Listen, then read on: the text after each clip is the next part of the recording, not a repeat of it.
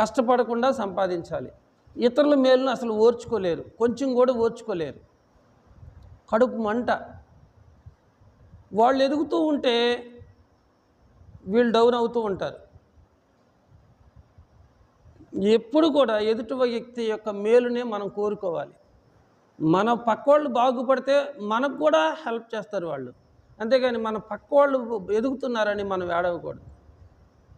మనం ఏడిస్తే మన కుటుంబం అంతకంతకు దిగజారిపోయిద్దే కానీ అభివృద్ధి చెందదన్నమాట. అబ్రహాము ప్రతి ఒక్కరిని ఆశీర్వదిస్తాడు. అందుకనే అబ్రహాం గొప్ప ధనవంతుడిగా మార్చబడ్డాడు.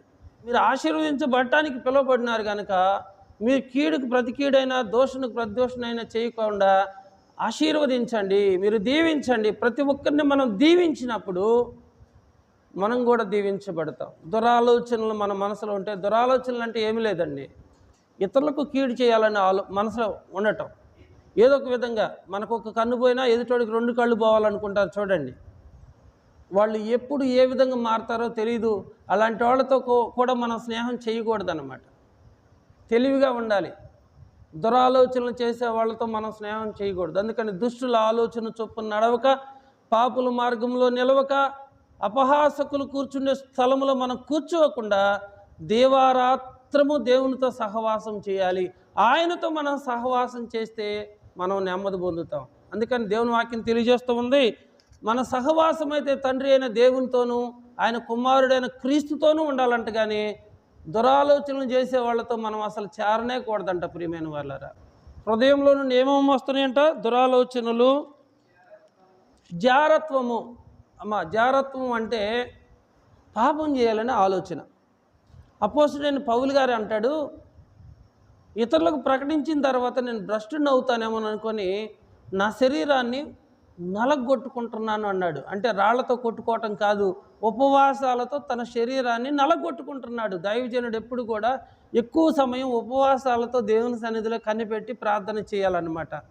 కాబట్టి కడుపు నిండా 3 పూటలు మనం తింటే మనకేమొస్తుంది అంటే దురాలోచనలు వస్తాయి, జారత్వ కోరికలు కూడా కలుగుతాయి. నీకెంత వాక్యం తెలిసినా కానీ శరీరాన్ని నలగొట్టుకోవాలి. ఉపవాస ప్రార్థనలతో శరీరాన్ని నలగొట్టుకోవాలి. అందుకని ప్రభు అంటాడు, ఆత్మ సిద్ధమే కానీ శరీరం బలహీనం. ఈ శరీరం నిన్ను ఏం చేసిద్దంటే దేవునికి దూరం చేసిద్ది. శరీర కోరికలు నిన్ను పాడు చేస్తాయి. చూడండి, దురాలోచనలు శరీర కోరికలే, జారత్వము కూడా శరీర కోరికలే. మనం ఎక్కువగా దేవుని సన్నిధిలో కనిపెట్టి ఉపవాసాలు ఉండి ప్రార్థన చేస్తే పాపం మీద మనం జయం పొందుతాము.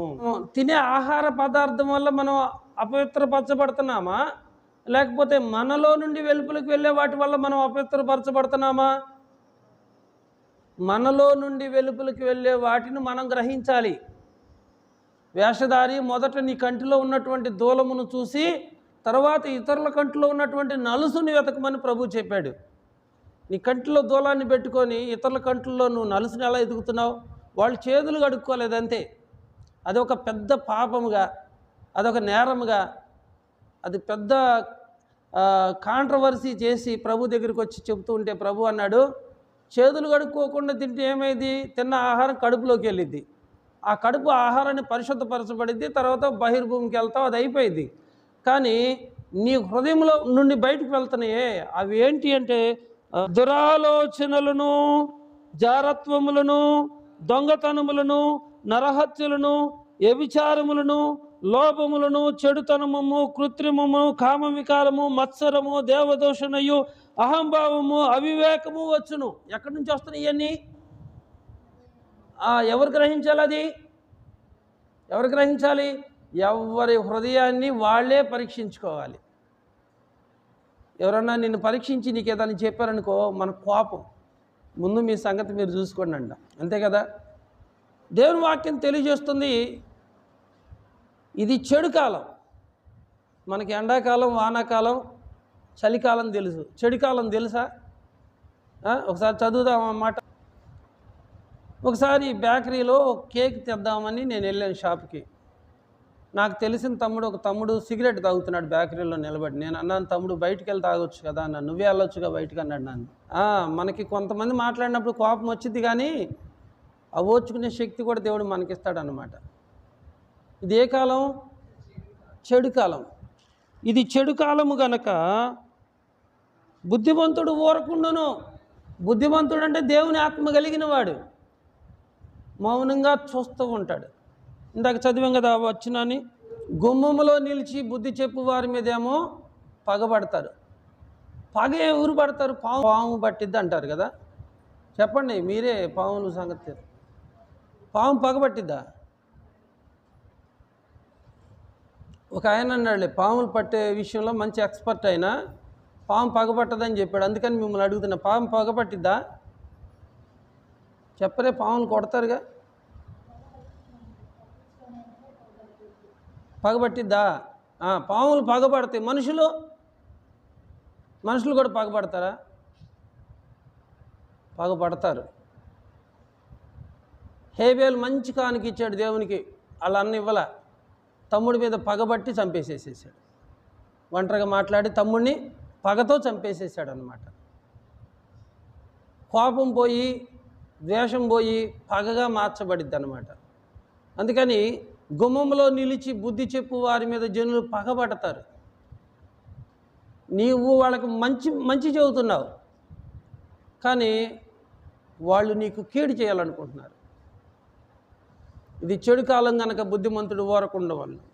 కాబట్టి మనలో నుండి బయటికి వెళ్ళేవే మనల్ని అపవిత్రపరుస్తాయి, కానీ వెలుపటి నుంచి వచ్చేవి మాత్రం మనల్ని ఎట్టి పరిస్థితుల్లో అపవిత్రపరచవు. గుర్తుపెట్టుకోండి. మంచిదే, ప్రార్థన చేసుకుంటాం, వాళ్ళు నిజంగా చేస్తారు. మేము చాలా శుభ్రంగా ఉంటాం, అటు బోటం వరకు ఒంటి శుభ్రం చూపిస్తున్నారు వాళ్ళు. కానీ దేవుడు ఏ శుభ్రం అడుగుతున్నాడు? హృదయ శుద్ధి గల వారు ధన్యులు, వారు దేవుని చూస్తారు. నీ హృదయం శుద్ధిపరచబడాలంటే ఇప్పుడు ప్రభు హృదయంలో నుండి బయటికి వెళ్ళే కొన్ని ఉన్నాయి అన్నాడు కదా, వాటిని చంపేసుకోవాలి. దురాలోచనలు, జారత్వములు, ఇవన్నీ చదువుకున్నాం మనం అధ్యాయంలో, మార్క్స్ వార్త 7వ అధ్యాయంలో.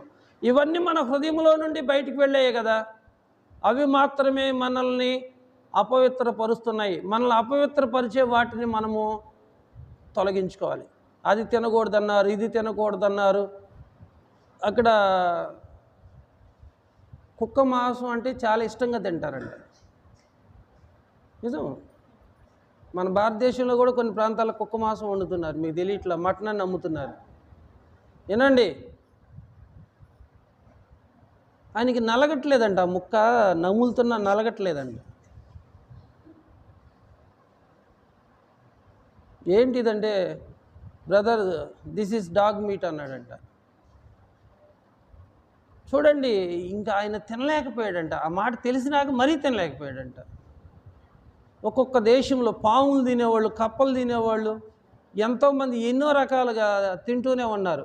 తినే ఆహార పదార్థం మనల్ని అపవిత్రపరచదో.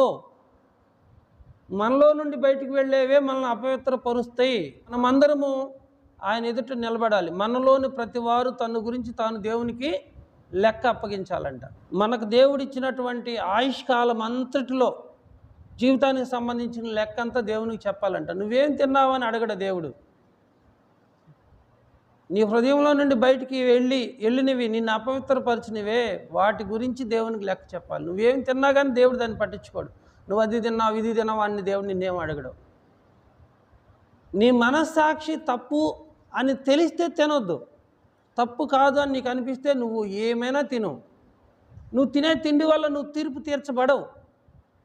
నువ్వు మాట్లాడే మాటలు నీ హృదయంలో నుండి బయటికి వెళ్ళేవే మనల్ని అపవిత్రపరుస్తాయి. మనం తెల్ల బట్టలు కట్టుకున్నా, సెంటు చల్లుకున్నా, శుభ్రంగా ఉన్నా, అది నువ్వు చేసేదేంటి? దేహ శుభ్రం చేస్తున్నావు. దేవుని వాక్యం ఏం తెలియజేస్తుంది? నీ దేహము నీకు దేవుని వలన అనుగ్రహించబడి ఉన్నది, పరిశుద్ధాత్మకు ఆలయమై ఉన్నది. దేవుని ఆత్మ నీలో నివసిస్తున్నది, మీరు ఎరగరా? మన దేహము దేవునికి ఆలయం. మరి ఈ దేహాన్ని శుభ్రంగా ఉంచుకోవాలా లేదా? ఇప్పటిదాకా అన్నయ్య దేహం శుభ్రంగా లేకపోయినా బాధ లేదు, మనలో నుండి బయటికి వెళ్ళాయి కదా మనల్ని అపవిత్రపరిచేయి, మనం ఎట్ట ఉన్నా బాధ లేదని మీరు అనుకోబాకండి. ఎందుకంటే నీ దేహము దేవునికి ఆలయం. నీ దేహము దేవుని వలన నీకు అనుగ్రహించబడి ఉన్నది. నీవు నీ సొత్తు కాదు, నువ్వు దేవుని సొత్తు. ఇప్పుడు దేవాలయాన్ని ఎలా పడితే అలా ఉంచుతారా? శుభ్రంగా ఉంచుకుంటారు. అలాగే నీ హృదయాన్ని కూడా నీ దేహాన్ని కూడా శుభ్రంగా ఉంచుకోవాలి. మనం పేదలమైనా బాధ లేదు. లాజరు దరిద్రుడు, దేవుని ఆత్మ కలిగిన వాడు, సరైన భోజనం లేదు, సరైన దుస్తులు లేవు, ఆరోగ్యం క్షీణించిపోయింది, పేదరికం భరించలేక ఒకరోజు చనిపోయాడు. అతని కోసం దేవదూతలు పరలోకము నుండి దిగొచ్చారు, అతని పైకి కొనిపోయారు. ధనవంతుడు సుఖంగా జీవించాడు, మంచి లగ్జరీని అనుభవించాడు. చివరికి చనిపోయి పాతి పెట్టబడ్డాడు, పాతాళానికి వెళ్ళాడు, యాతన పడుతూ ఉన్నాడు. తరువాత పాతాళంలో ఆయన ప్రార్థన చేయడం ప్రారంభించాడు. అరిసి అరిసి నా గొంతుకి ఎండిపోతుంది, నా నాలుక తడి ఆరిపోతుంది, ఒక్క బొట్టు చుక్క నీరు కావాలని ఆక్రందన ఆవేదన చేస్తూ వచ్చాడు ధనవంతుడు. ఒక్క చుక్క కూడా అనుగ్రహించబడలా. తర్వాత అన్నదమ్ముల రక్షణ కోసం పాతాళం నుండి దేవునికి మొరపెట్టాడు, ఆ మొర కూడా దేవుడు ఆలకించలే. చనిపోయిన తర్వాత మనం ఎంత మొరపెట్టినా, మన యావదాస్తి ఇస్తామన్నా కానీ రక్షణ మాత్రం దొరకదు.